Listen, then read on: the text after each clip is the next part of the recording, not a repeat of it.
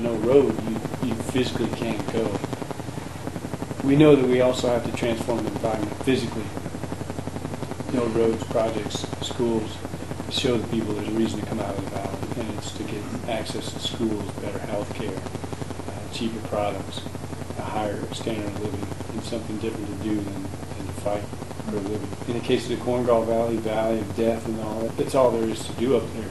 Since logging and the timber industry is kind of shut down, there's no other means of survival up there other than to get paid for fighting.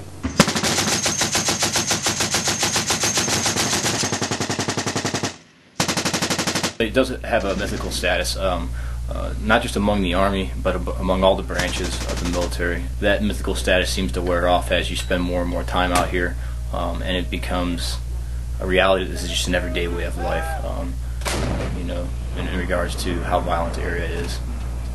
During the first few months that we were in here, the contact was much like it is now, pretty much every single day. It calmed down a little bit during the winter. It was a mild winter this year, so the fighting was some of the highest that we've had in the winter months in the valley, but it still wasn't as high as it was during the warmer weather. Now that the warmer weather's starting to pick back up, the fighting's picking back up as well. I definitely think there's been progress made. Whether it's along the lines of actually defeating the Taliban, I really couldn't tell you. We've made a lot of progress in establishing a relationship with the elders, and we're continuing to make progress, and we're continuing to learn new ways to fight this enemy, and at the same time make the valley a safer place. Kevin, is it difficult to help people who shoot at you? Answer to Margaret. Very much so. There's no helping them once they get that belief in their head that we aren't good. There's no reaching out at all. I mean, we try to and tell them, hey, we're here to help you. They just don't really care. They want it to be like the old days.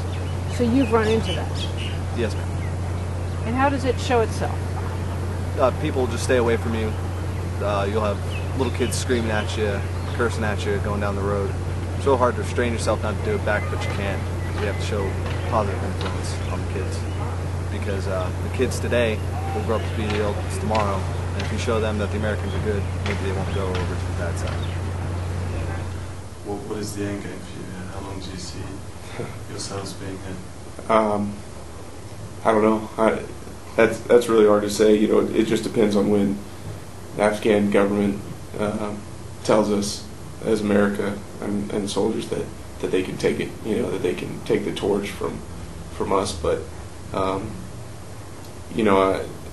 being in Iraq and going through that, I think that seems like it worked pretty well there as far as passing the torch to their government. And once the Army and the police get trained to a level where they can fight off the insurgents, I think that's a way to go. I mean, if you look at other parts of the world, in Colombia and South America, other places in South America, and even on this side of the ocean, there's still countries that that are fighting insurgents and fighting the counterinsurgency fight. But the governments are taking care of that, without the help from America. So I think eventually it's going to be a long war for Afghanistan, but something that they can control.